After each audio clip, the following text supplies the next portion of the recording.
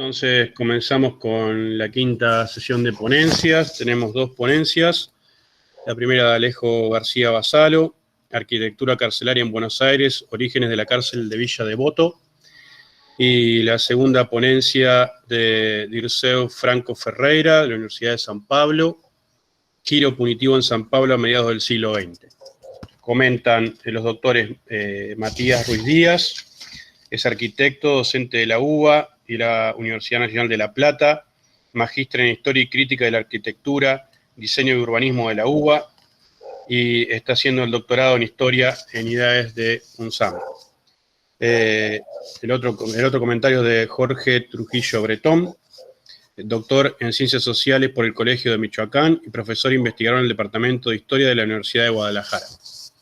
Así que, si quieren, entonces comenzamos con la ponencia de Alejo.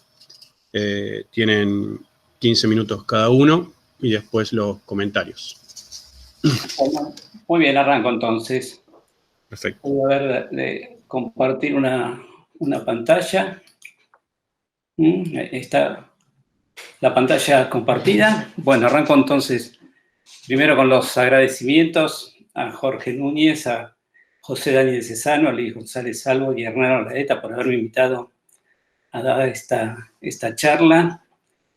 Lo que voy a hablar es sobre la cárcel de Villa Devoto, que hoy en día es el ícono carcelario de la ciudad de Buenos Aires. Está próxima a ser trasladada por tercera vez al menos, ¿no? Ya van 3 cárceles que se construyen para reemplazarla.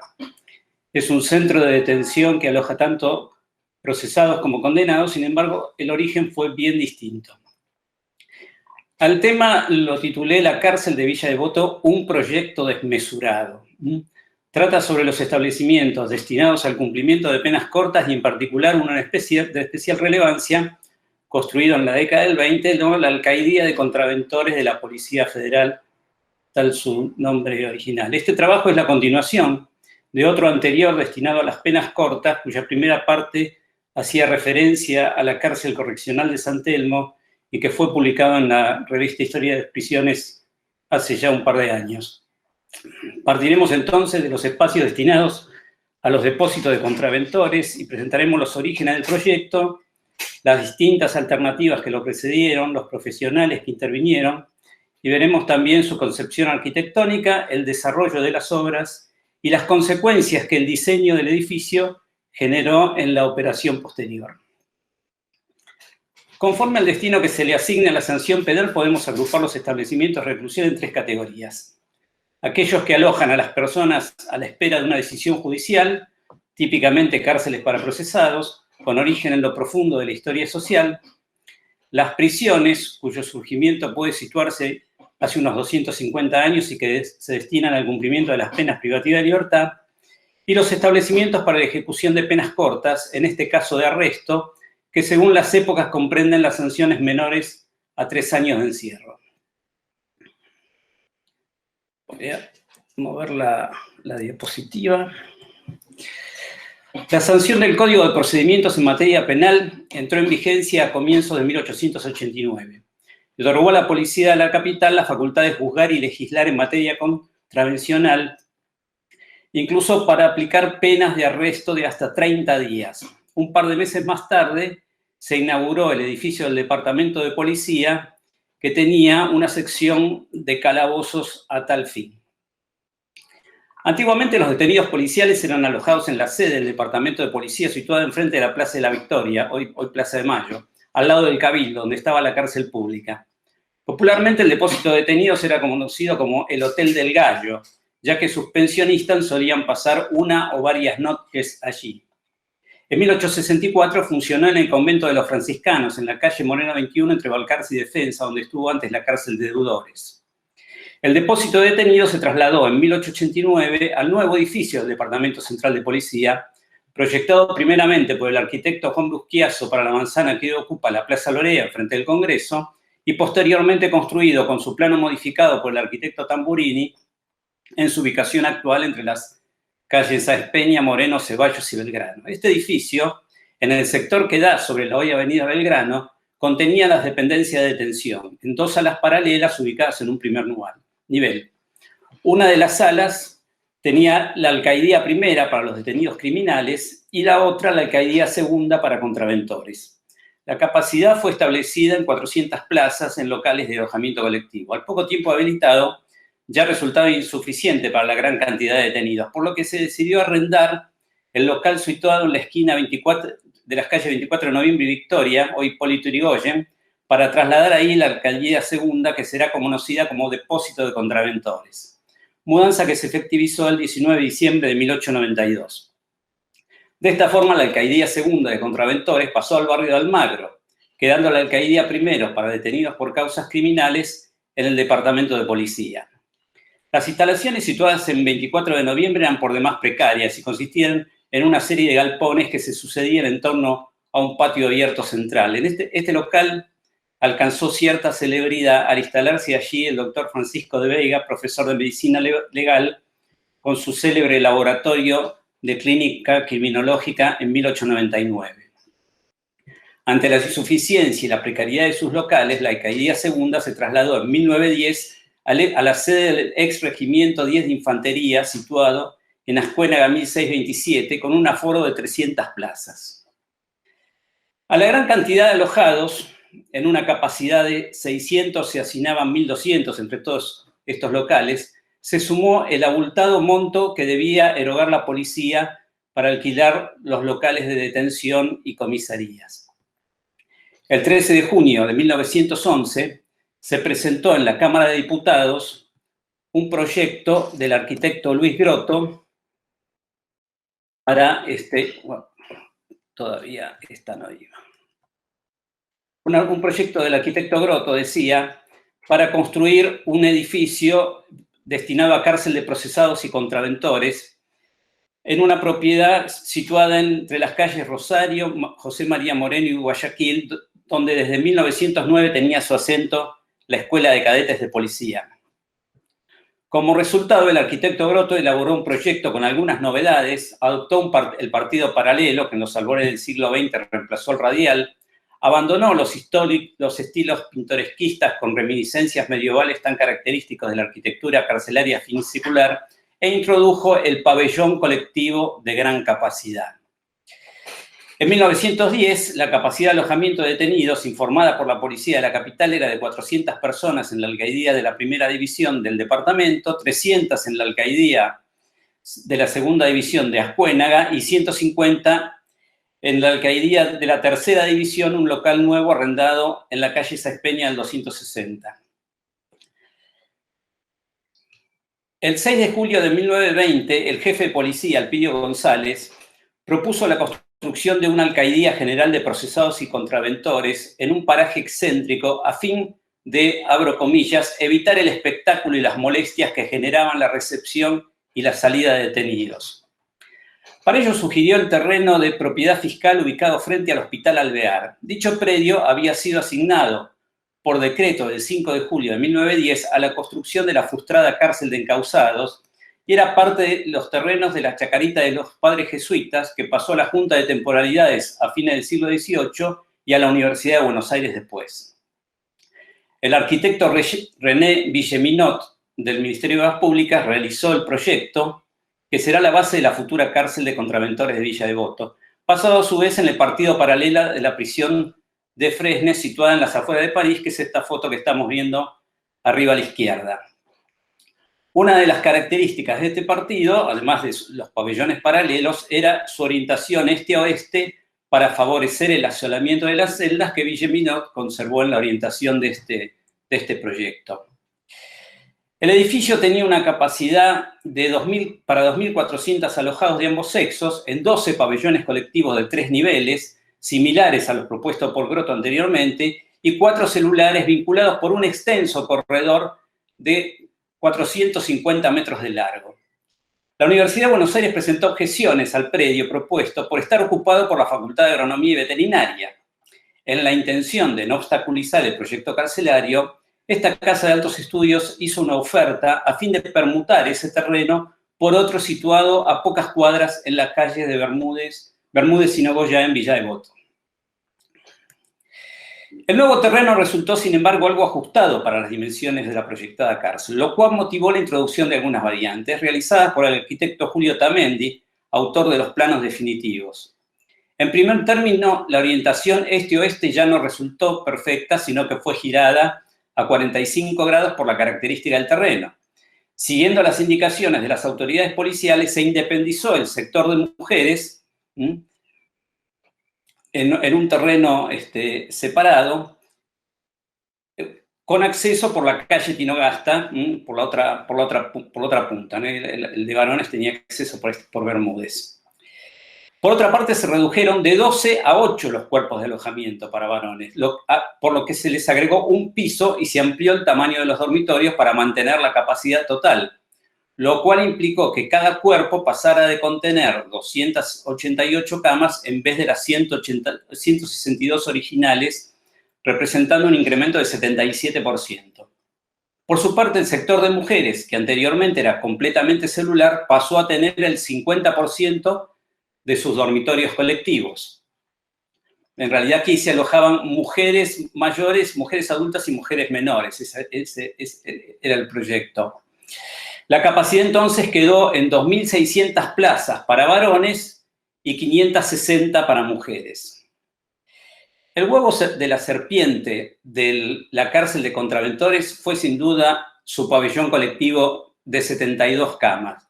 Comillas, número que puede ser elevado si las necesidades lo exigieran, según rezaba la memoria descriptiva. La adopción de este tipo de alojamiento, nefasto para la convivencia, puede rastrearse por un lado en la práctica policial, que desde sus orígenes empleaba alojamientos en cuadros colectivos, como también en el régimen en el abandono del régimen de aislamiento absoluto, que produjo en el ambiente penitenciario un movimiento de péndulo hacia la adopción de dormitorios colectivos para favorecer la socialización. La superficie del dormitorio asignaba 4.4 metros cuadrados por persona, lo cual en principio se encontraba dentro de los parámetros de higiene. Pero por sus propias características, estas tipologías eran susceptibles de ser severamente sobrepobladas.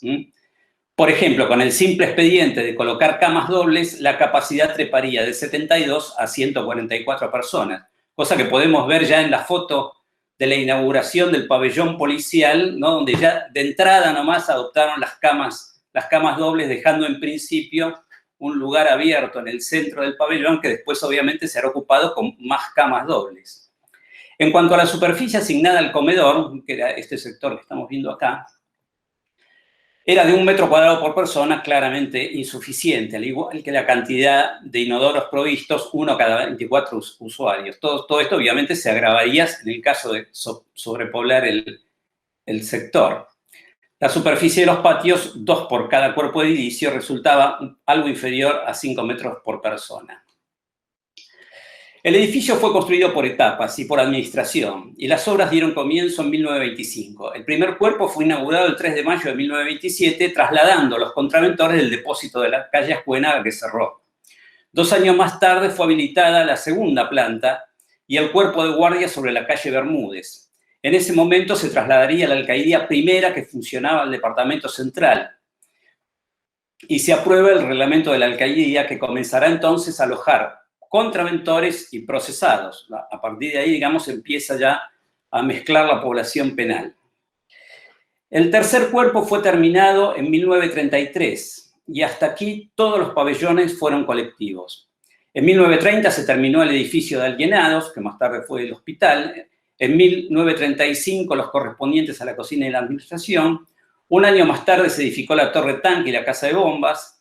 En 1938 el cuerpo de pabellones celulares, cerrándose el ciclo de obras con la ampliación de la segunda planta en el cuerpo de guardia, sin completarse el plan original. La capacidad de diseño resultante hasta aquí entonces fue de 1.036 plazas. Quedaron sin edificar 2 cuerpos colectivos, 1 celular, el cuerpo de corrección, el hospital, que pasó a ocupar, como dije, el edificio de alienados. Tampoco se construyeron los sectores destinados a los cuarteles y viviendas, ni la sección de mujeres, que es este terreno que vemos aquí a la izquierda, que fue cedido más tarde al Club La Madrid. La población el edificio fue transferido en 1957 a la Dirección Nacional de Institutos Penales, pese a la oposición de sus autoridades, que siempre habían sido críticas de su arquitectura. En la década del 60 fue construida la muralla perimetral, de la que carecía, y ampliado con un nuevo cuerpo de alojamientos colectivos, que llevó su capacidad a 1.356 plazas, ¿no? En el gráfico vemos en gris la evolución de la capacidad del establecimiento, de diseño, ¿no? De los años ocupados por la policía, solo hemos dado con los datos de 1935, que estaba, pero la población osciló en esos años entre 1.500 y 2.000 internos, con picos que superaron incluso esa cantidad. En general, siempre estuvo superpoblada la cárcel. Tampoco hemos dado con números ciertos de la última dictadura, que es este blanco que ustedes ven acá, pero es de suponer que fueron aún más altos que los anteriores. Estimativamente, en todo este lapso han pasado más de 500.000 de personas por sus locales. ¿Qué conclusiones podemos sacar desde el punto de vista de la arquitectura penitenciaria a esta historia? En principio, se debe proyectar en base a las necesidades y no a las demandas. Esto llevó a construir un edificio para la policía en vez de la cárcel de encausados, que era la verdadera necesidad de la capital federal. Debió haber sido la cárcel más grande del mundo, destinada a penas de hasta 30 días. Evidentemente ya el objetivo era desmesurado, porque para alojar para cumplir esto, digamos, en función de la capacidad proyectada, estuvo diseñada para alojar 60.000 detenidos por año. El criterio económico de corto alcance es otro de los puntos, ¿no? El edificio está próximo a cumplir 100 años y entre sus criterios de diseño primó el económico al construir los pabellones colectivos. Sin embargo, un edificio enteramente celular hubiera costado un 35% más, cifra que resulta de escasa incidencia si consideramos el total de los costos involucrados en este periodo de vida del penal, ¿no? Es decir, considerando los costos de construcción, más los costos de personal, más los costos de mantenimiento de internos, más los costos de mantenimiento del edificio. Es casi despreciable, digamos, esa cifra. Históricamente, construir en etapas en vez de inaugurar obras completas no ha sido una buena solución.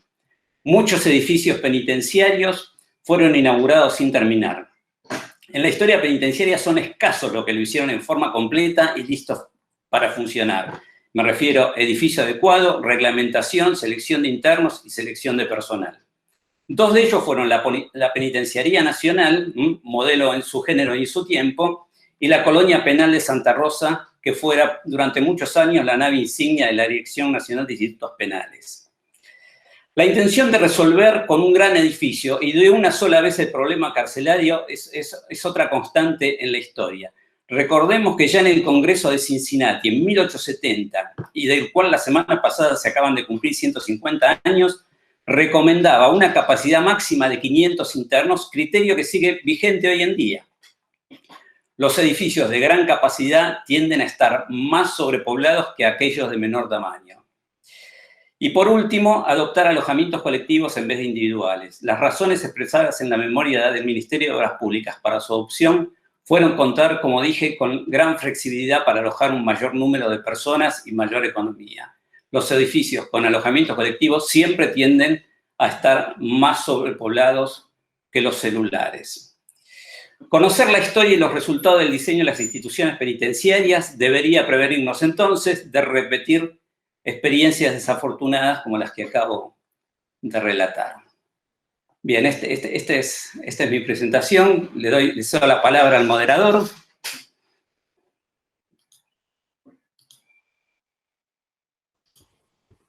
Bien.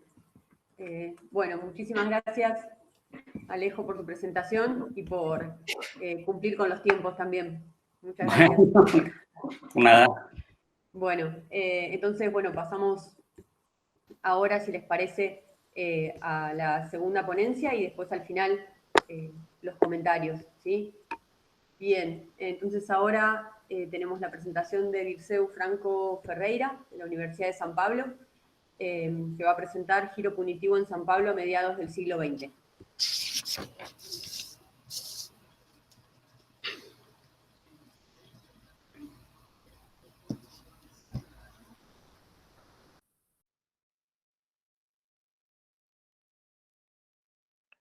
Olá, buenos días.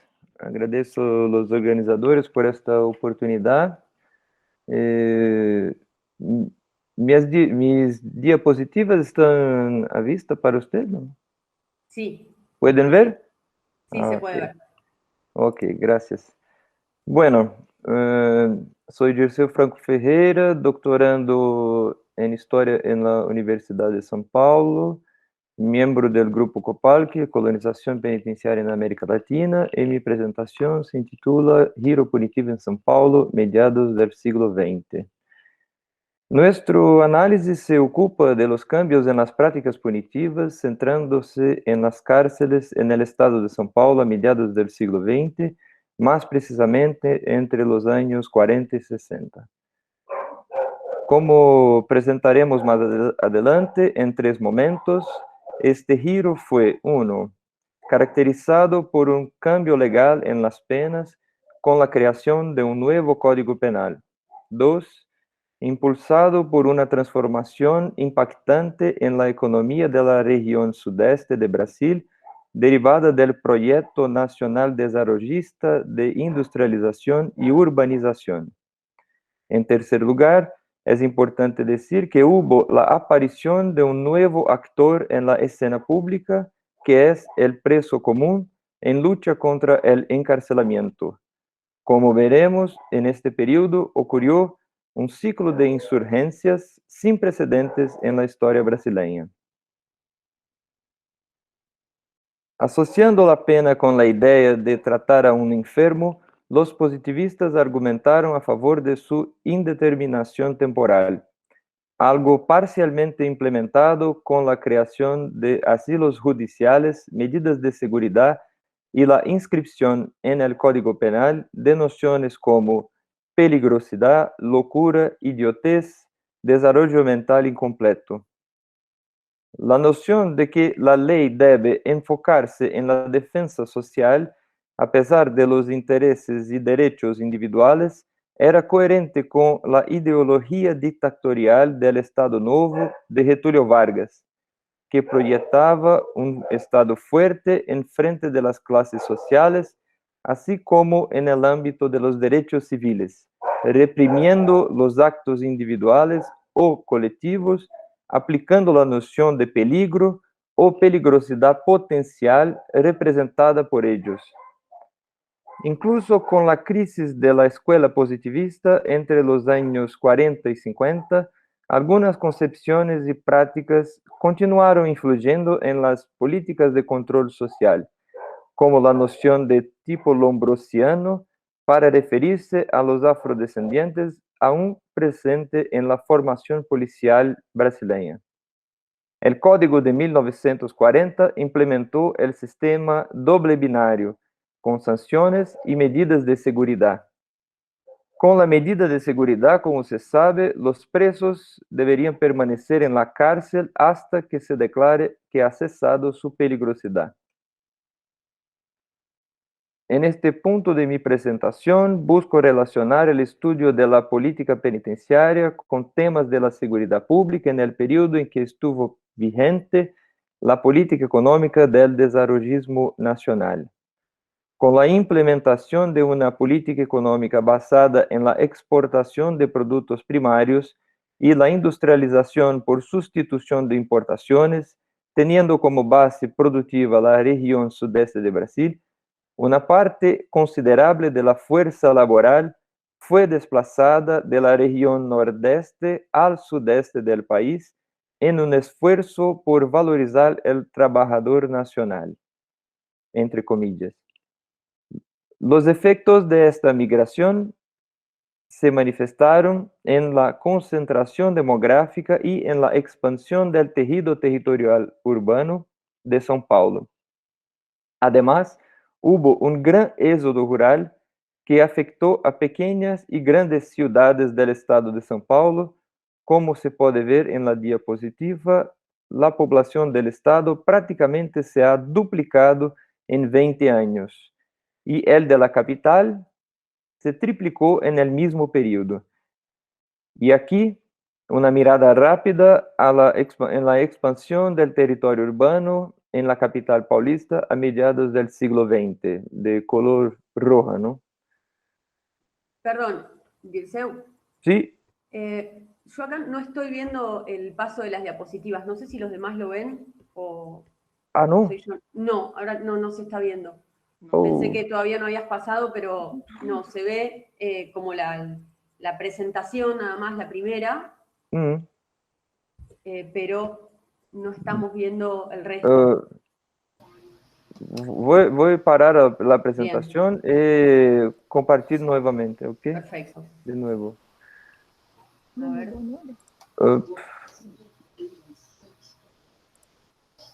¿Y ahora? Ahora sí.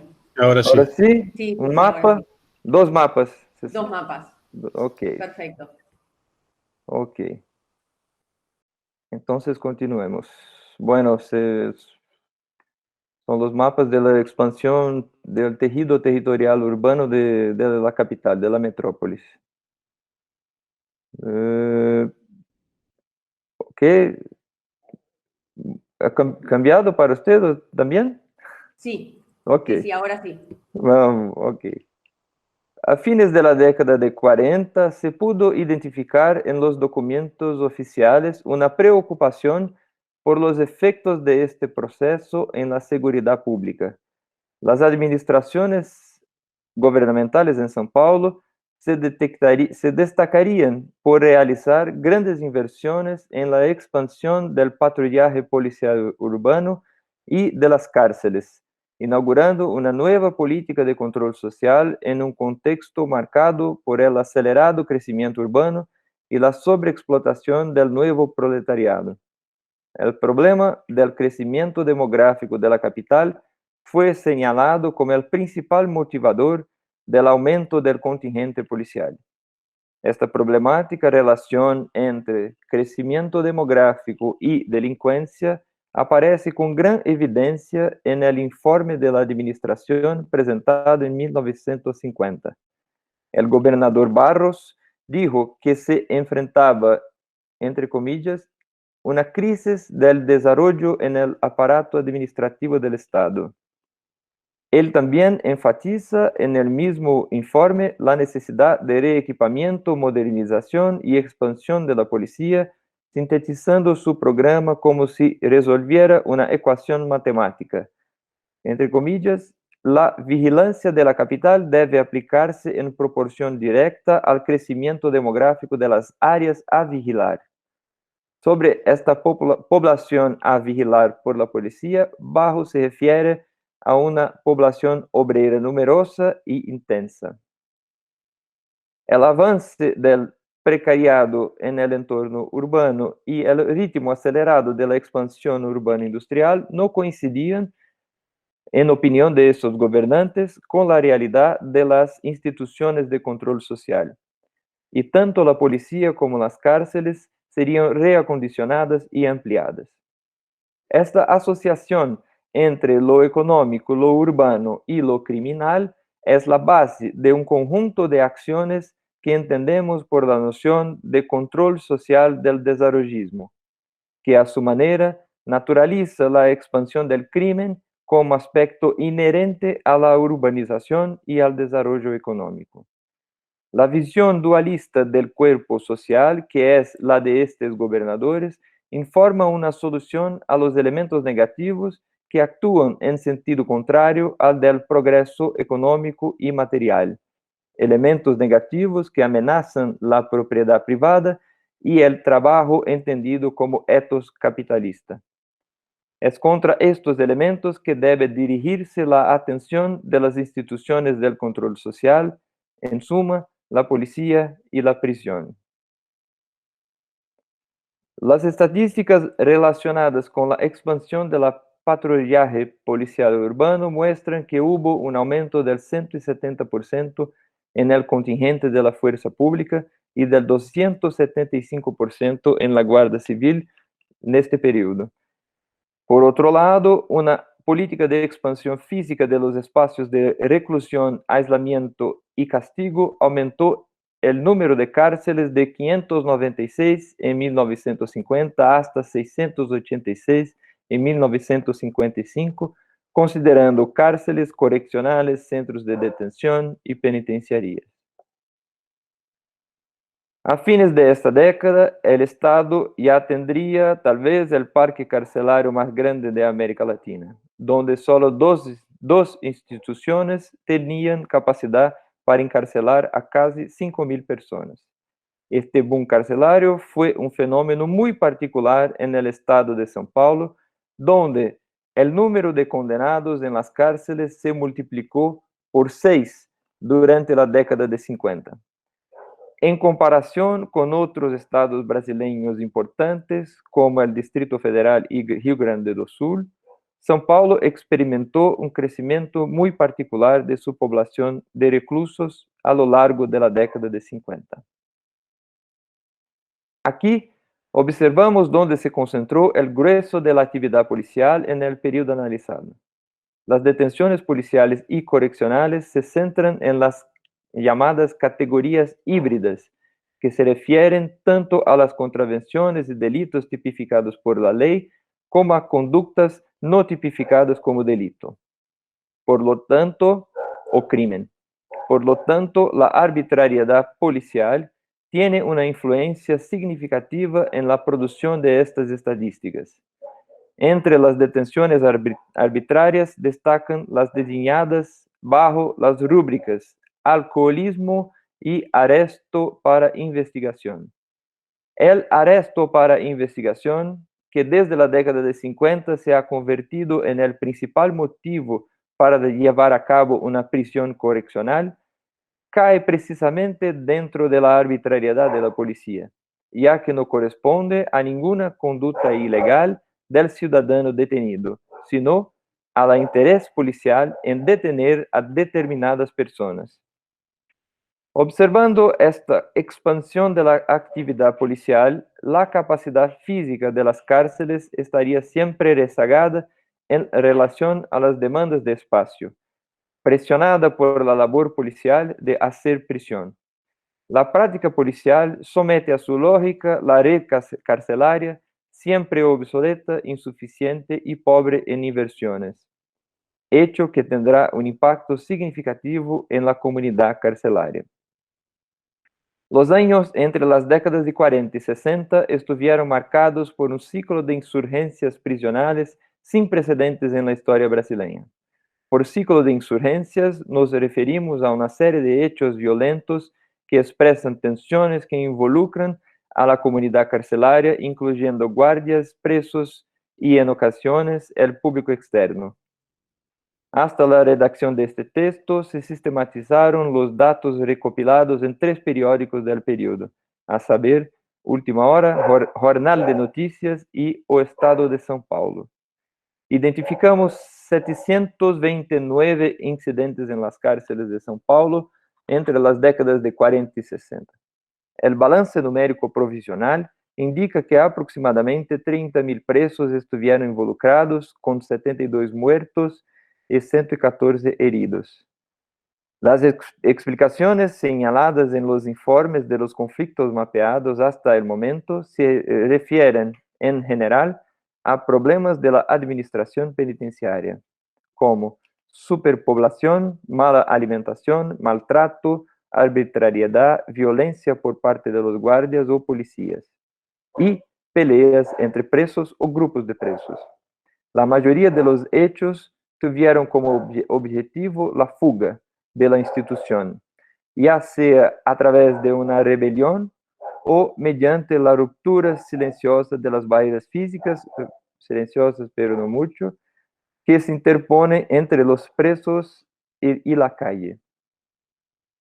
Ante una secuencia de hechos violentos, el Estado respondió con más encarcelamientos, produciendo violencia en cadena. Los cambios aquí analizados marcan una nueva realidad en el control social e imponen al historiador la tarea de considerar los aspectos estructurales y las acciones colectivas en su análisis. La aparición del preso común como nuevo actor en la escena pública, especialmente en un conjunto de acciones insurgentes, es una de las consecuencias de lo que aquí llamamos la política de control social del desarrollismo.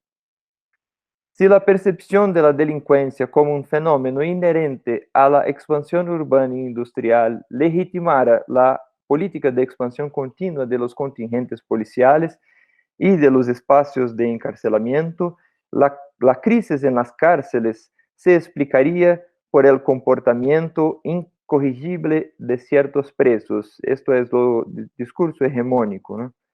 Discurso este que naturalizó una respuesta única y sistemática a la crisis de seguridad pública, cual sea más policías y más prisión.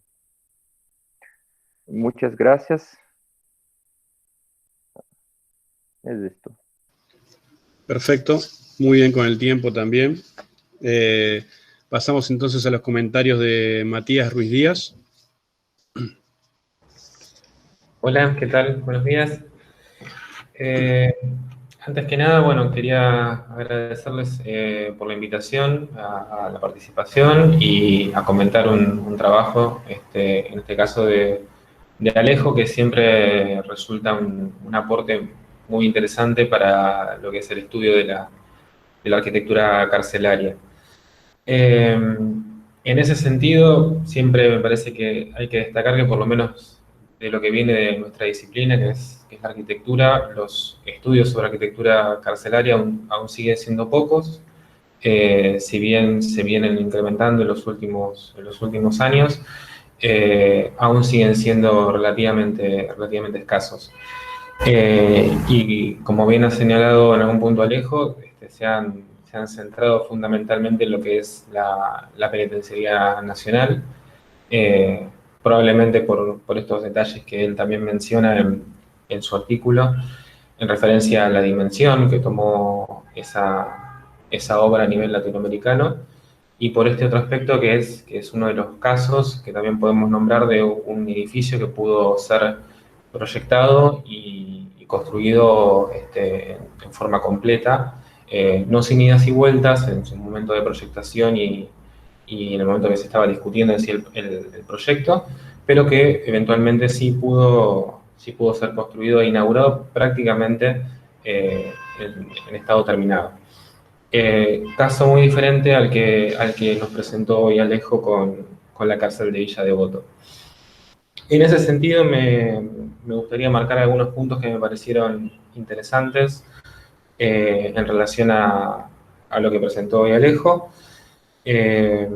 No quiero extenderme mucho con el tiempo, pero voy a tratar de indicar algunos puntos en particular. Por un lado, esta idea de una serie de numerosos proyectos que fueron pensados, pero que fueron inconclusos, que todo el tiempo implican como una postergación de los tiempos hasta que un nuevo edificio aparece o se construye para poder solventar el problema de la demanda carcelaria, y que hasta que eso sucede surgen estos, digamos, edificios provisorios o establecimientos provisorios que, si los edificios construidos han recibido escasa atención, ni hablar de estos establecimientos provisorios que, como hemos podido ver en el trabajo de Alejo, son justamente lugares que se han adaptado muy precariamente para poder resolver la problemática y que en algún punto también no han hecho más que intensificar un problema que ya existía. Otro punto que también me parecía interesante, que en el trabajo de Alejo queda muy, muy marcado, es esta diferencia entre la dinámica de una prisión y una dinámica de una cárcel, que Alejo lo presenta muy bien para poder hablar de cómo eso obviamente altera el primer momento del proyecto, obviamente se conciben de forma diferente, y cómo es en el momento en que ese edificio, cosa que también es una constante me parece, es luego adaptado para otra función, claramente altera la forma en que esos edificios pueden ser habitados y pueden ser utilizados para esa segunda función que se les impone luego. Una cuestión que tal vez queda como una duda que me queda pendiente a mí, de lo que marca Alejo en el sentido del encierro, pensando en el encierro como esa suerte de oportunidad que se tomaba para la reinserción social, y que queda muy patente en esa cita que él toma de Macario Torres, es esta idea de que si el encierro, digamos, necesitaba una suerte de tiempo para la reforma social, entonces, ¿qué es lo que justifica el encierro en los casos de pena corta? Que justamente plantean que ese aislamiento va a ser por un tiempo muy limitado. Entonces, volviendo un poco también a esto de los edificios provisorios, esta idea del depósito de contraventores y de la repartición de distintos detenidos que están como de alguna forma dando vueltas por distintas dependencias y que terminan como también desarticulando el normal funcionamiento de otros establecimientos, es algo que está muy marcado en el trabajo y que me parece muy interesante también para pensar cómo de alguna forma condicionaron el funcionamiento integral de esas instituciones a nivel de la ciudad de Buenos Aires. Bueno, ni que hablar, ya entrando al caso de Devoto, que aparecen como todas estas cuestiones un poco también superpuestas, ¿no? La inauguración temprana, sin sin todos los servicios necesarios para que ese edificio pudiera funcionar en forma concreta. Es muy gráfico el ejemplo de tener el plano, digamos, del proyecto de Bilminot inicial con la foto aérea que se muestra después, pensando qué tanto podría funcionar realmente ese edificio con esas diferencias. Y cómo cómo el caso de Devoto puede funcionar como para entender ese movimiento pendular que menciona Alejo, ¿no? Del aislamiento individual, o del aislamiento particular, al aislamiento colectivo, con ese gran número de personas asiladas en un único pabellón y cómo claramente es como una muestra del cambio que pasa desde la Penitenciaría Nacional, en nuestro caso a fines del siglo XIX, en unos 30, 40 años, llegar a este aislamiento ya colectivo y tan masivo. Y cómo eso también deriva en una también constante, después de inaugurado gran parte de estos proyectos, que aparece como una rápida crítica que marca nuevamente las falencias del sistema, que marca también cómo la construcción de un único edificio no es la llave que permita resolver automáticamente el problema, sino que era uno de los pasos a dar y que en realidad se necesitaban muchísimos más pasos para poder continuar avanzando. Pasos que, como decía antes, se postergan, llegan tarde ya cuando las necesidades son otras, son más y son constantemente crecientes. Yo no quiero robar mucho más tiempo. Nuevamente les agradezco por la participación y bueno, por permitirme comentar un trabajo de Alejo que siempre es un placer. Muchas gracias. Bueno, muchas gracias también a vos por respetar el tiempo y vamos a los comentarios de Jorge Alberto Trujillo Bretón.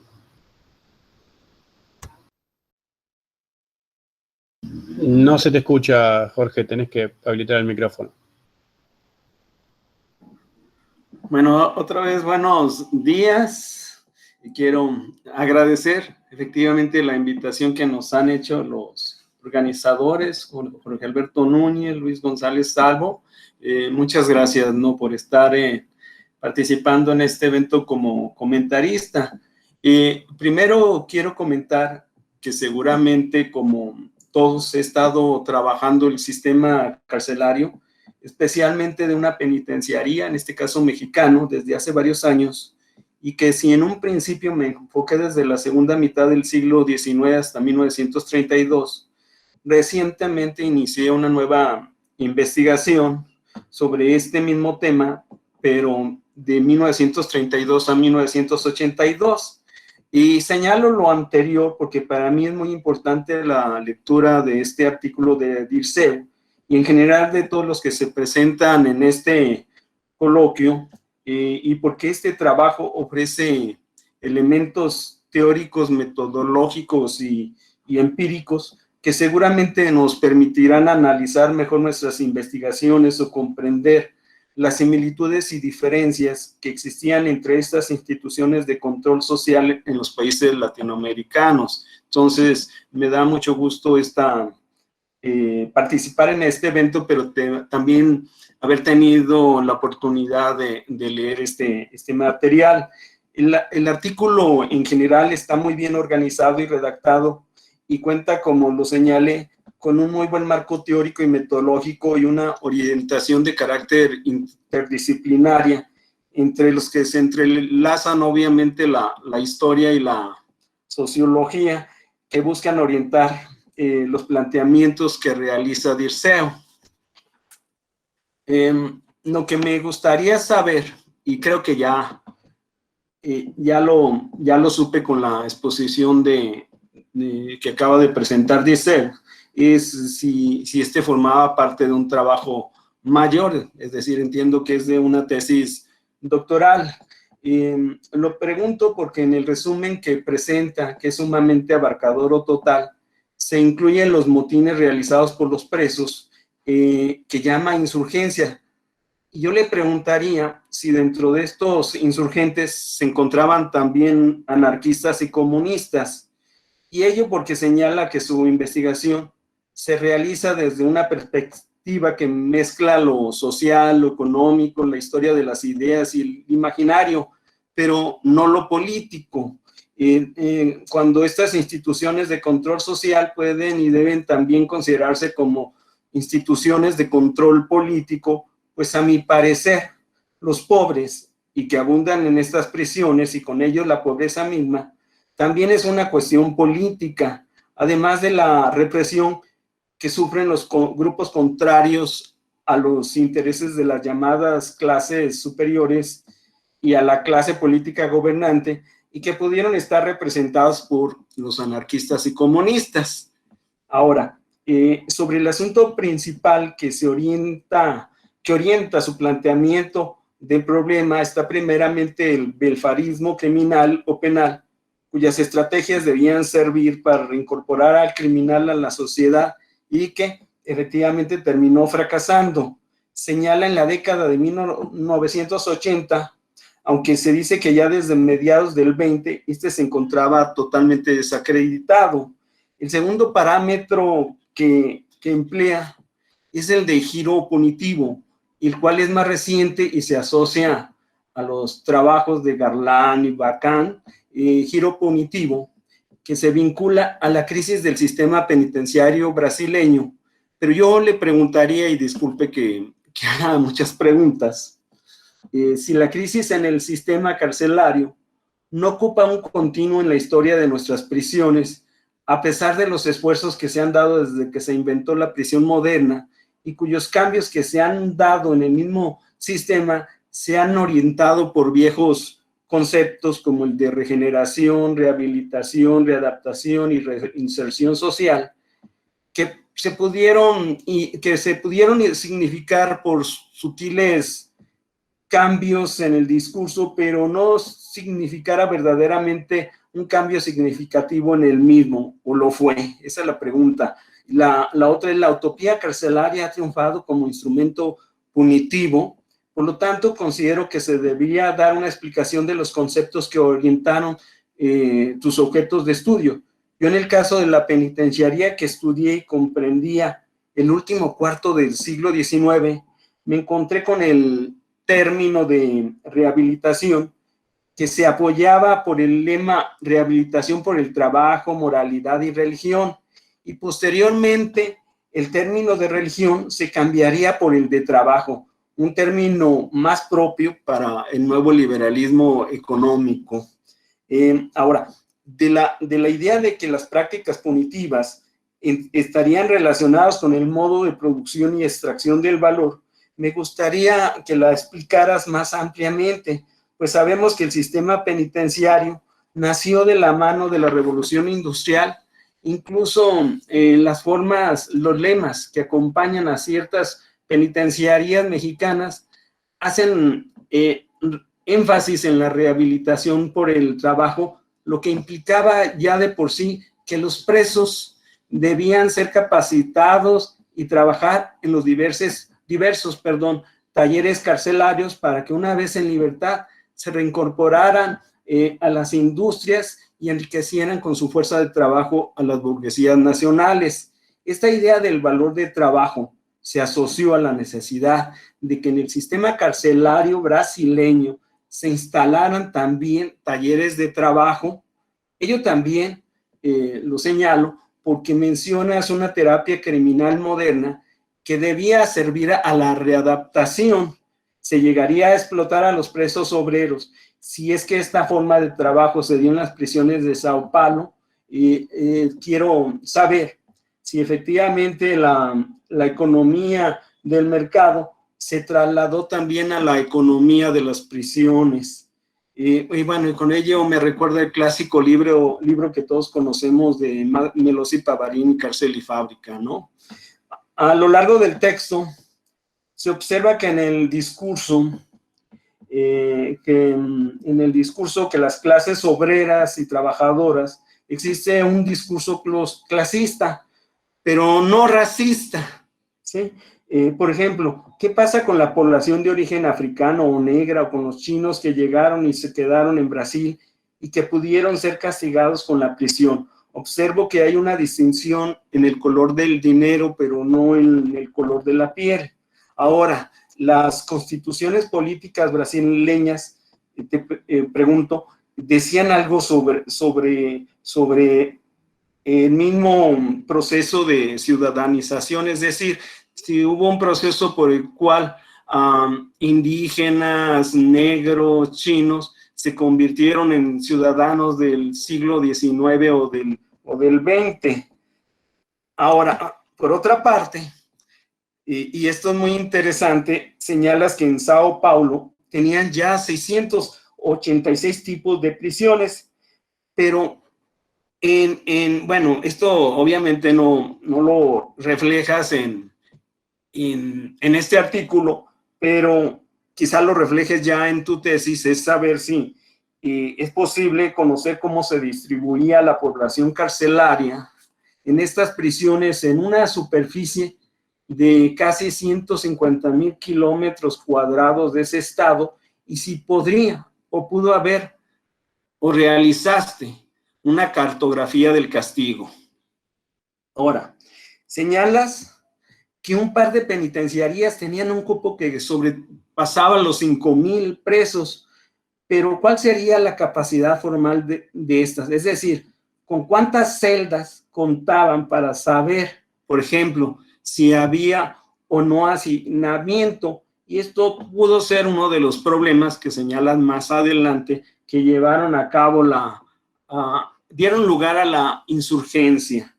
También sería importante conocer los departamentos que contaban estas penitenciarías, ya sea procesados, sentenciados, correccionales, mujeres y niños, o bien, si es importante para tu investigación, saber el promedio de reincidencia en el delito. Ahora, en ello es importante conocer si efectivamente el objetivo de las penitenciarías pudo ser efectivamente un intento de readaptar a los presos o dentro del giro punitivo del que escribes, si este simplemente se trató de convertir a las prisiones en centro de contención de las llamadas clases peligrosas. Es decir, hay una diferencia entre efectivamente este discurso de readaptación y otra cosa, la cuestión práctica de meter en las prisiones a todos aquellos presuntos delincuentes, ¿no? Y delincuentes.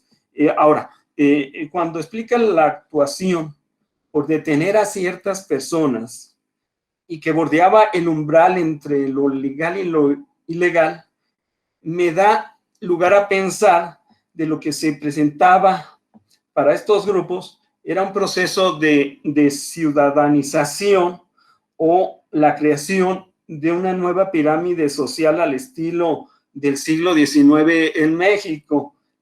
Ahora, sin conocer la historia de Brasil, pienso que este giro punitivo, para que se diera, era porque se habría creado un Estado derechista con la influencia del viejo integralismo de 1932, de carácter fascista. Es decir, ¿qué influencia tuvo el fascismo brasileño para la construcción y operación de estas prisiones, ¿no? Y sus métodos de castigo? Ahora, explicas que las llamadas detenciones correccionales llevadas a cabo arbitrariamente por la fuerza policial no eran reguladas por los códigos, pero yo te pregunto que quizás lo fueron por los reglamentos de policía. No lo señala, pero sí te preguntaría, esos reglamentos de policía, ¿qué decían al respecto? Si como parte de este giro punitivo se pudo seguramente traer un cambio en la legislación penal, esto es importante considerarlo porque dicho giro debió de estar sustentado en una nueva codificación penal, es decir, pensar en hacer una comparación entre la antigua y nueva codificación o código penal, creo que es necesario para observar esos cambios. Seguramente ya lo hiciste, pero me gustaría saber si efectivamente esto se ha realizado. Ahora, dentro del cambio de la codificación penal y probablemente dentro de este giro punitivo, se considere la aplicación de la pena de muerte o algún cambio en ella a los presos de las penitenciarías brasileñas. Se les llegaba a ejecutar y bajo qué sustento legal se podía realizar esto si es que efectivamente existía ese castigo. También me llamó mucho el discurso que rescataste. No sé si lo traduje mal, pero dice la presmil inferiorizada, la subespecie del Homo sapiens o los malos vivos.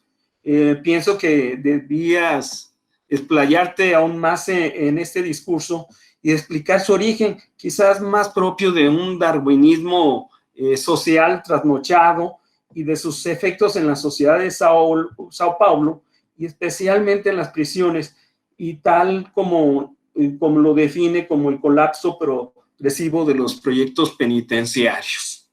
Otra pregunta, ¿cómo explicas que en una prisión como la Casa de Custodia y Tratamiento de Taubaté existiera un pabellón destinado al tratamiento psiquiátrico? Este pabellón era para los enfermos mentales considerados como sujetos peligrosos porque habían cometido un crimen. Si no fuera así, esto asemejaría más bien una reminiscencia del siglo XVIII en donde recluían en las fortalezas a los locos, ¿no? El tercer elemento, ya se me acabó el tiempo. Sí, tenemos que redondear, disculpa. Cerra con una idea y así podemos pasar. Sí, lo puedo hacer.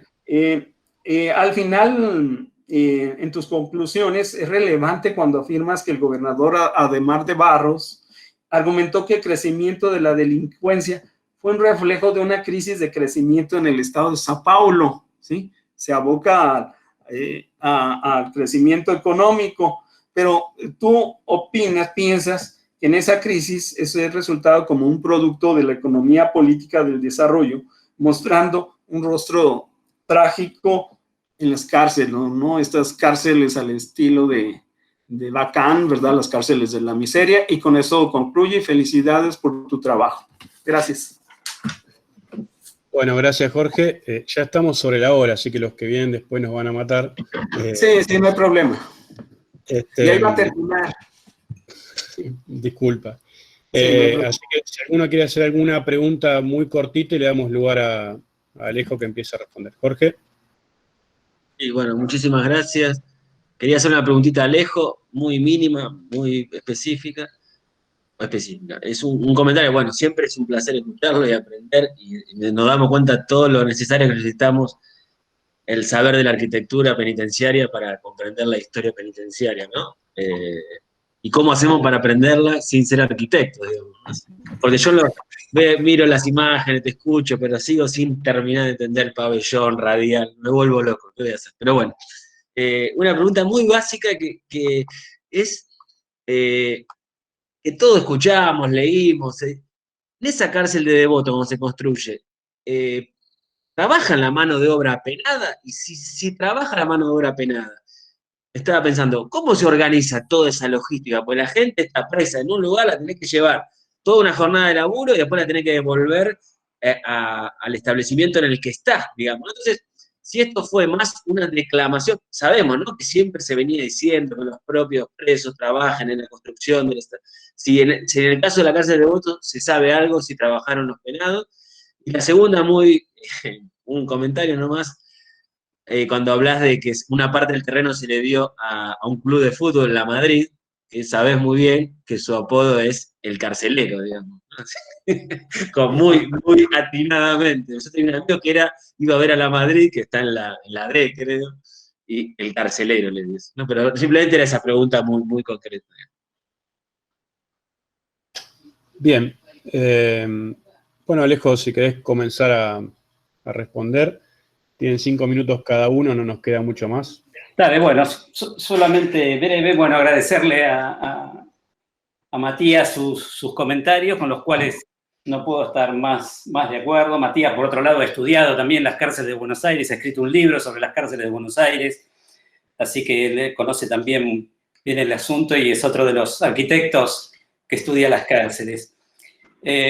Un comentario acerca de las penas cortas, ¿no? Que en realidad son dinámicas muy distintas respecto incluso de los procesados, ¿no?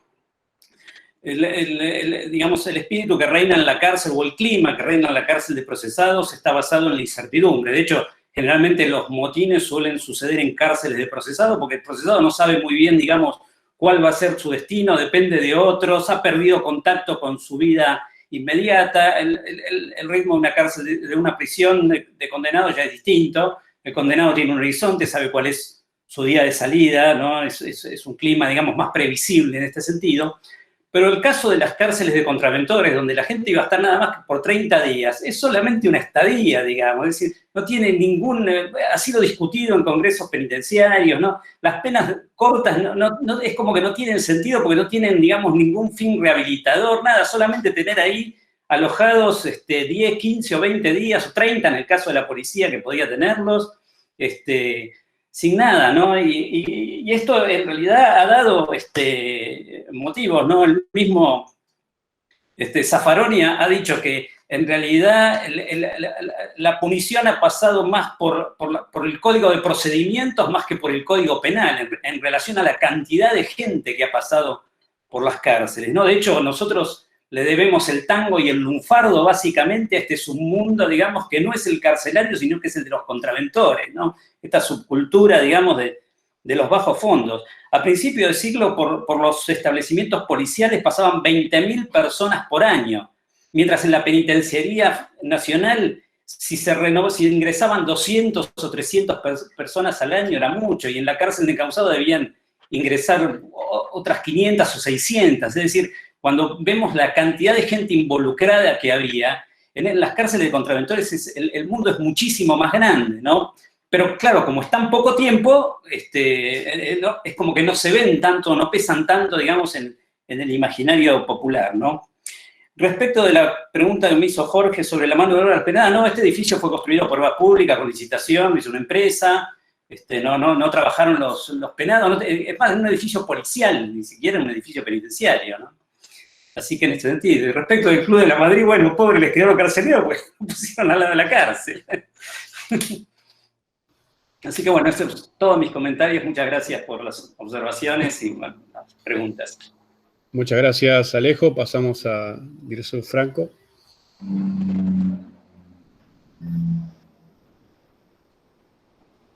Bueno, muchas gracias a Jorge por sus preguntas. Me gustaría de poder cambiar con usted de conocer mejor tu actual proyecto de pesquisa, porque me interesa mucho este ejercicio de comparación entre los estados de la América Latina.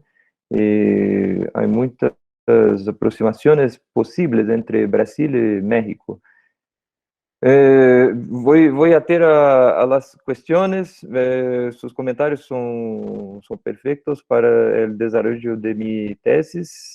Sí, este trabajo es parte de mi tesis doctoral que estoy escribiendo.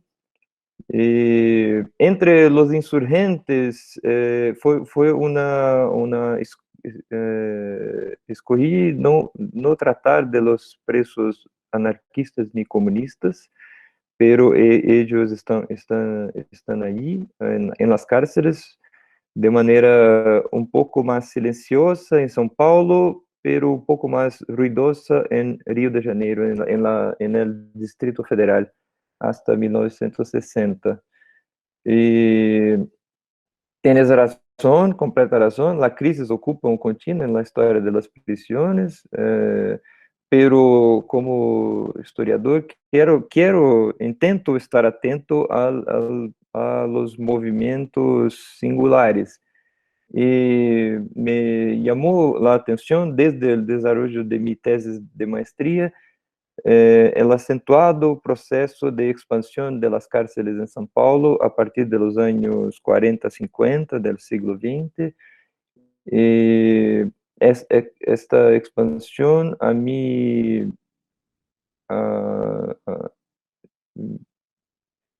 yo percebo este proceso de expansión como un reflexo de una crisis en la seguridad pública, que por su vez es provocada por una transformación radical en los sectores económicos como un todo. Hay un proceso de urbanización extremadamente agresivo en São Paulo en esta época, una verdadera explosión demográfica. Y esto afectó directamente el trabajo de la seguridad.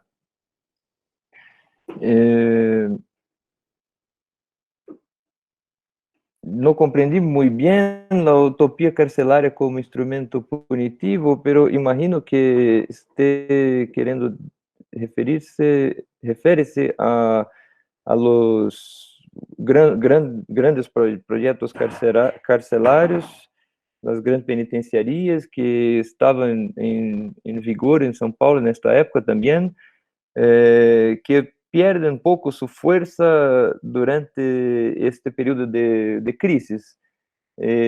Sí, muchos proyectos para establecer la pena de muerte, pero tanto en el Código de 1890 como en el Código de 1940 no hay esta medida penal. Pena de muerte desaparece con la esclavitud en Brasil.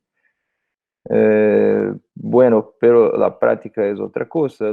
Las tasas de muerte en la cárcel son altísimas en Brasil desde el principio.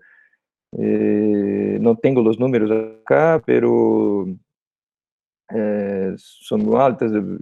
De memoria, puedo decir, en la década de 20, en la penitenciaria del Estado de São Paulo, que es equivalente a la Penitenciaría Nacional de Buenos Aires, de 1.200, de una capacidad de 1.200 presos, había un índice de muertos de 25 presos por año durante la década de 20.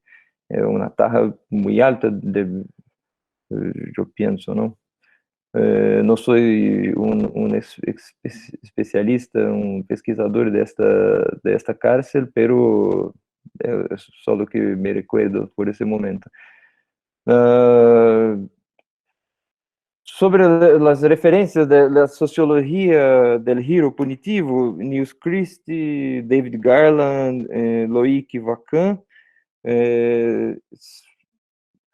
yo diría que son paradigmas que inspiran un poco, que informan un poco, me orientan mi análisis, pero no estoy tan apegado, no soy prisionero de estas conceptualizaciones. Quiero entender por giro punitivo una mirada sobre un período de 3 décadas que en las cuales el sistema penal, las cárceles de São Paulo han sufrido un proceso de transformación radical.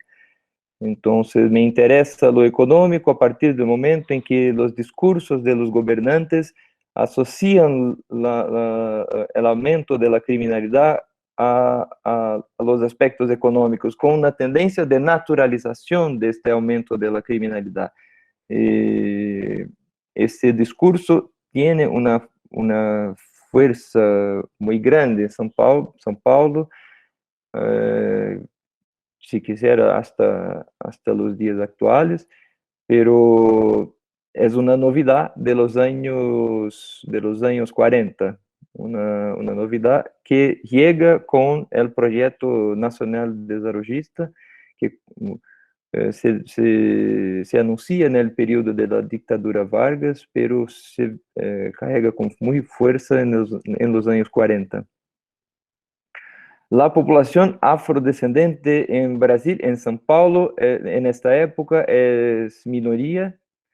Según los datos del Instituto Brasileño de Geografía y Estadística, la población afrodescendente gira en torno de 15% de la población del estado de São Paulo. Pero en las cárceles las estadísticas son muy pobres, hay muchas lagunas, pero es posible identificar un crecimiento de 10 hasta 30% de la población afrodescendente en las cárceles, en comparación con la población general del estado de São Paulo. Este número varía conforme la intervención del Poder Judiciario. Yo explico, para los casos de los reclusos, quiere decir los presos que han sufrido una condena formal, el número de afrodescendentes es muy menor cuando comparado con los números de afrodescendentes detenidos por la policía en estas detenciones arbitrarias que yo mostré durante la exposición. Entonces, los afrodescendentes estaban muy más sujetos a las detenciones arbitrarias de la policía que